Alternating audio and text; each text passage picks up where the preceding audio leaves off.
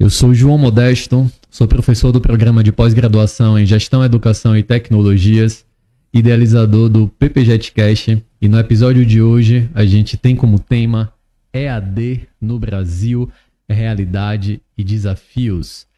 E para discutir esse tema conosco nós temos Henrique Castro. Henrique é advogado nas áreas civil e condominial, é pós-graduado em Direito Público e em Educação à Distância. É docente da UniaSelv e atualmente muito nos honra sendo aluno discente do nosso PPJet. Henrique tem uma formação bem interdisciplinar, o que é desejado por um programa com o nosso perfil. Henrique, seja muito bem-vindo ao PPJetCast. Obrigado, professor. É um prazer, uma honra estar aqui com vocês e bora desenvolver esse tema, que é bem pertinente e está na crista da onda, né? Com certeza, maravilha. A gente fica muito contente de você estar aqui conosco hoje. Henrique, para começar, na sua avaliação, como essa expansão que a gente tem do EAD no Brasil tem impactado a democratização do acesso à educação superior? Perfeito. Antes de eu entrar na questão da democratização do acesso, é importante a gente fazer um contexto histórico do EAD. Bem, no século XIX, eis que surgiram os primeiros cursos em EAD, que eram aqueles cursos de formação, de formações profissionais, de atividades profissionais. Isso no contexto do Brasil. Era via rádio ou até mesmo por correspondência e tudo.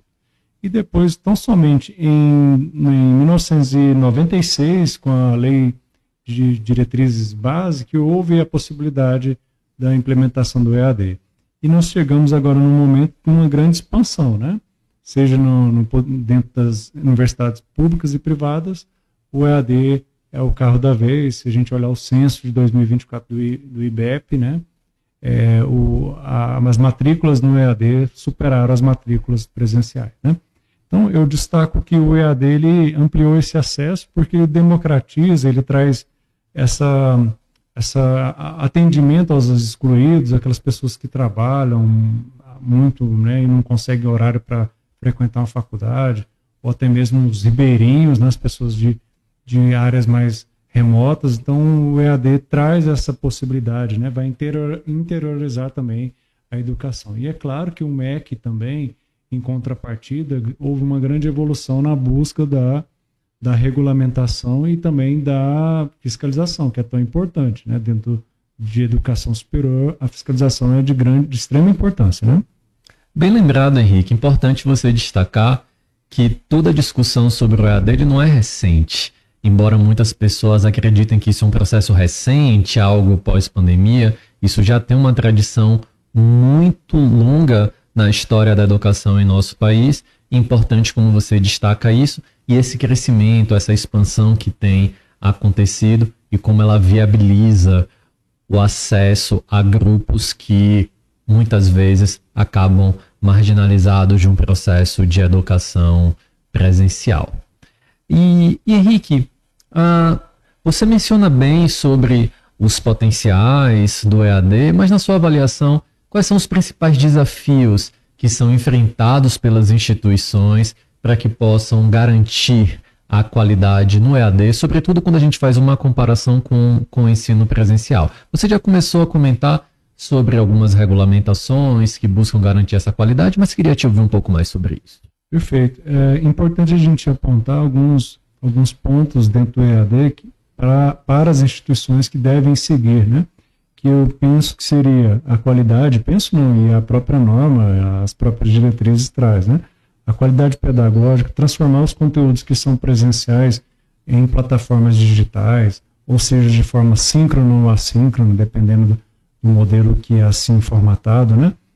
Também gerar aquele engajamento ao discente, até mesmo para o docente também, para ser estimulado a participar ou a estar dentro desse processo.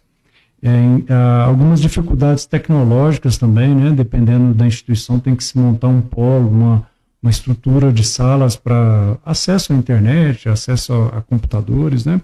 E as avaliações também, né? Tem que se criar um novo modelo, uma estrutura de avaliação, né? De controle de acesso, como que vai ser lançada essas notas, se o aluno não está colando, se não está, né? copiando, então tem que criar algumas ferramentas nesse sentido.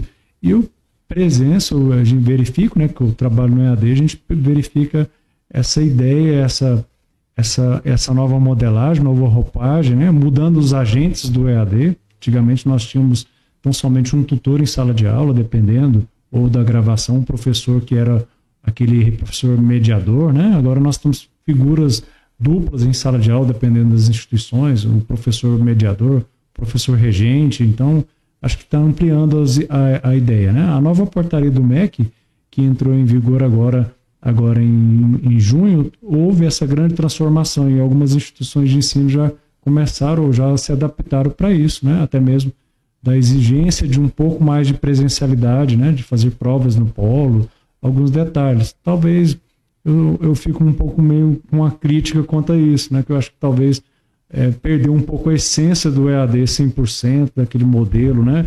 Que é tão praticado na Europa ou nos Estados Unidos. Então a gente fica um pouco com pesar quanto a isso. Mas é o modelo que nós temos e a gente tem que seguir esse modelo, né? Mas por que você acha que ocorreram essas alterações, essas mudanças de norma? Qual seria o seu palpite em relação a essas mudanças que ocorreram de regulamentações? Eu acredito que seria uma política pública, né? Até mesmo o ministro da Educação, visando dar mais qualidade ao ensino, né? Eu sou um grande defensor do EAD, então assim, o ensino à distância ou ele presencial, ele vai ser quase a mesma coisa, né? Não vai ser igual, mas e tem algumas variantes, né? No EAD é importante, é necessário a participação quase, né, 90% do aluno, né? No presencial, muitas vezes o professor vai conduzindo, vai ajudando, vai tendo o aluno vai criar aquele impacto, mas no EAD o aluno tem que ser autodisciplinado, né? Ele tem que ler os conteúdos, assistir os vídeos, se tiver, né? Participar das trilhas. Então ele é bem difícil, assim, né? Bem complexo. Fiz essa pós-graduação minha em EAD, achei bem complexo, né? A gente tem que doutrinar. Confesso que no passado eu tinha uma certa resistência. Não, EAD é moleza. E não é assim. A gente vê os nossos discentes, né? Lá da instituição que eu trabalho, com muitas dificuldades na questão de prova, né? De filtrar o conteúdo. E olha que nós temos aula síncrona toda semana, né? Então isso facilita na modelagem que assim a gente adota, né?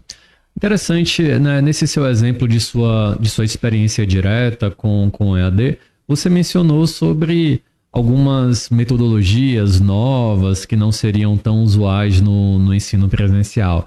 Então, como é que você enxerga isso, o uso de diferentes metodologias no EAD e como isso pode ajudar a superar algumas barreiras, alguns desafios próprios do EAD? Perfeito. O material pedagógico, material didático, ele tem que ter uma roupagem, uma modelagem para gerar uma maior atração do aluno na hora de ler, a interatividade, né? A gente já vê materiais nas trilhas, podcast para os alunos escutarem ou vídeos para assistirem, QR Codes nos livros para acesso. Então, acho que esse dinamismo tecnológico também deve ser inserido dentro do EAD, né? Independente se é uma instituição pública ou privada, acho que há uma nova roupagem até mesmo dessas novas gerações, né? Dessa geração Z que está aí em massa, né? Crescente, então tem que ter uma adaptação. E nós que nascemos aí no século passado, né? Então a gente tem que também criar essa adaptação. Eu falo isso por questão até mesmo dentro de sala de aula, né? Lá na minha sala de aula eu tenho que criar alguma motivação, alguma forma de engajar os alunos. Vamos fazer criar esse debate aqui, lança lá um link no chat para a pessoa clicar, para ela responder, criar uma nuvem de palavras. Então acho que é bom a gente mesclar, né, com novas tecnologias na hora de se aplicar o conteúdo, né, para gerar essa boa participação, esse engajamento dos alunos, né? Maravilha, Henrique. E chegando aqui ao final do nosso episódio, eu quero agradecer pela sua disponibilidade, pela sua participação e deixar a palavra com você para que você possa fazer suas considerações finais. Bem, eu que agradeço, né? É sempre bom a gente estar falando do conteúdo que eu estou pesquisando aí já tem algum tempinho, né? E é muito bom também estar aqui no PPGET, colaborando com esses novos formatos de pesquisa, esses novos formatos de produção de conteúdo.